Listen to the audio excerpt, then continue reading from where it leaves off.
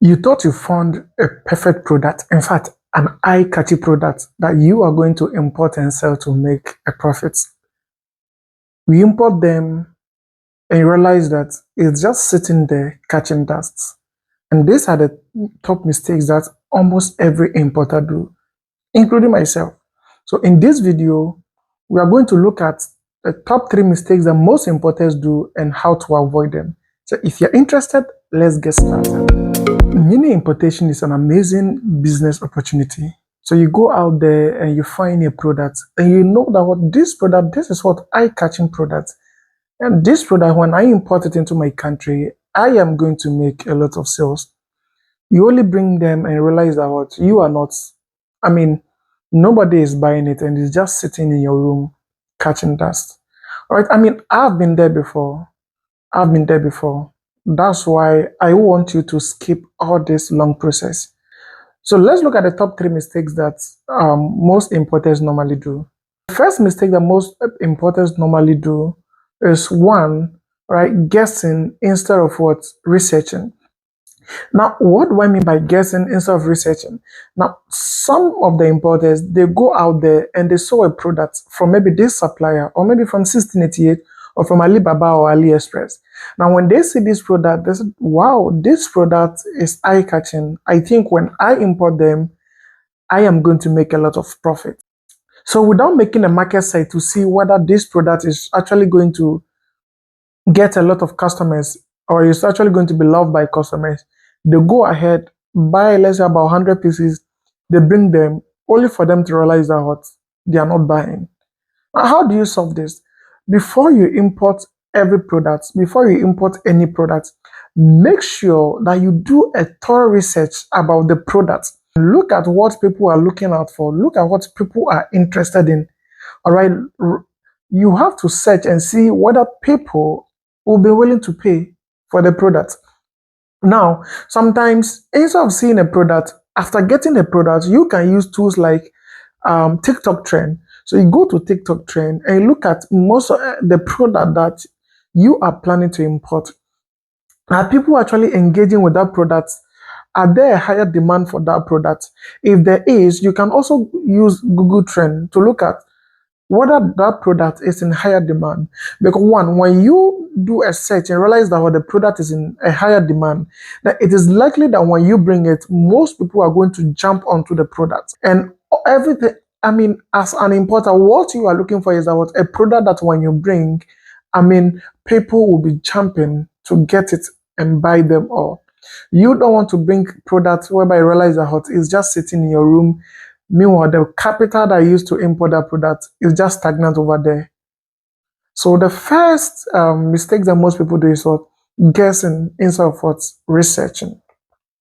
Now, the second thing that most importers also do before importing products from manufacturers or from suppliers is what? Ignoring the hidden cost.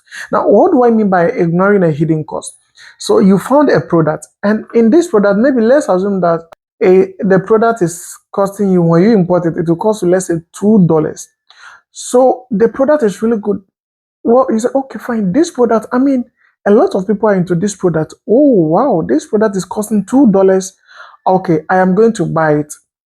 Then you went ahead and you bought the items. You ordered for about 100 pieces of them. Now, but here is what you didn't put into consideration. The first one was what? The shipping cost. Now, you see, before you buy any product, remember you are buying it from another country. So in order for you to be able to bring it to your country of origin, you are going to pay a logistic company to ship them for you into your country. And now remember, this logistics company, they are not only going to bring it into your country for free, you are going to pay. So now let's assume that the item is costing you $2 and the logistic company, they are going to charge you, let's say, $1.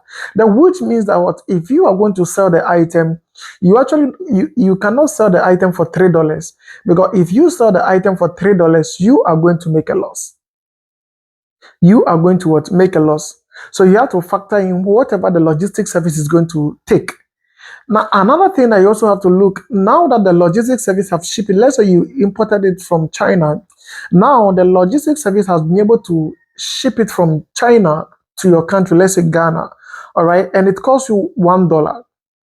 You also have to look at how much, since it is going to be in their warehouse, and you will have to go to their warehouse and bring them, or better still, you have to convey the items from their warehouse to your warehouse. It is also going to cost you a local what cost. So you also factor in. Now let's assume that what for you to transfer those for one item, for you to transfer it from your warehouse, the logistic company that you use, their warehouse to your warehouse, it is going to cost you 50 cents. Then which means that what, when you combine the shipping cost, the local logistic cost, together with the purchasing price, you are spending the item that you saw there to be $2. It is now going to cost you what, about $3.50. So that is actually what the landed cost of that product. So which means that you have to put all this together. You have to put all this together and put up what a profit factor. Now, how much profit do you want to put on this? Or per each product, how much profit do you want to what? Do you want to sell it for? So only then can you be able to actually know that, oh, okay, so this item, when I import it, I am not going to sell it for $3, but actually I need to sell it for around, let's say about $5 for me to be able to make about 30 to 50% profit on it. Do you understand? And most importers ignore this fact, and you realize that when they bring the item and you realize that what, no, this item is actually more than what they expected, how much they wanted to sell it. So this is a pitfall that you should try to avoid. Anytime that you're importing a product, make sure that what you look at the purchasing cost, you look at the logistic cost. That, I mean, that's the international logistic cost from wherever you are buying it from to your country of origin. You also have to look at the local delivery cost. You have to know how much it's going to cost you to move the item from your warehouse or from the logistic company that you use, their warehouse, to your shop or to your house or to your warehouse if you have one.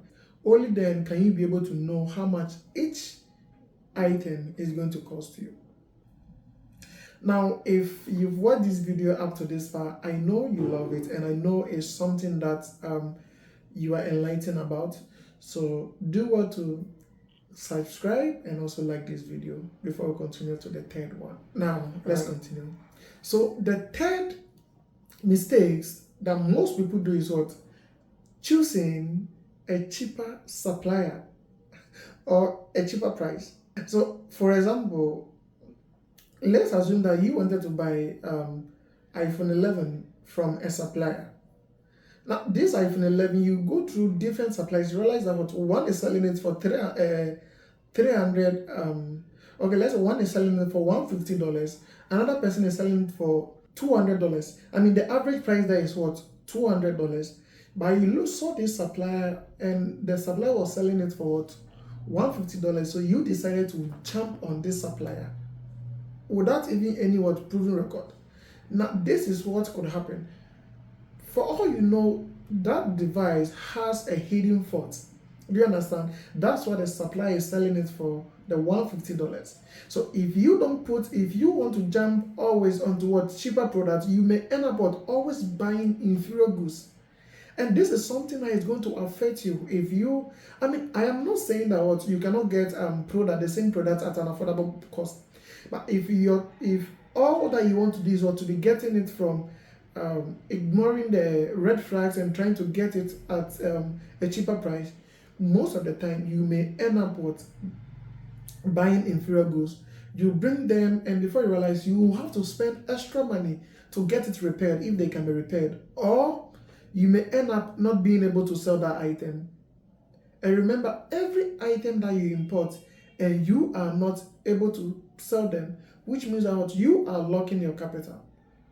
You are locking your capital. So you want to make sure that every item that you are bringing is of top quality. Is of what? Of top quality.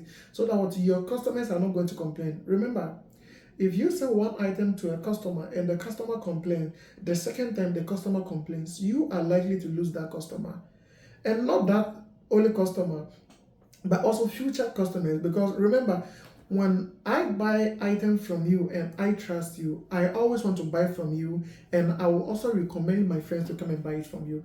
If I don't trust you and I know that whatever item that I'm getting from you is not of high quality, trust me, I am not going to buy from you, and I am also not going to recommend anybody to buy from you. So at the end of the day, you are losing a customer. So if you love this video and you find it very helpful and still you haven't subscribed yet, hit the subscribe button for the next video. Thank you for watching. See you in the next video.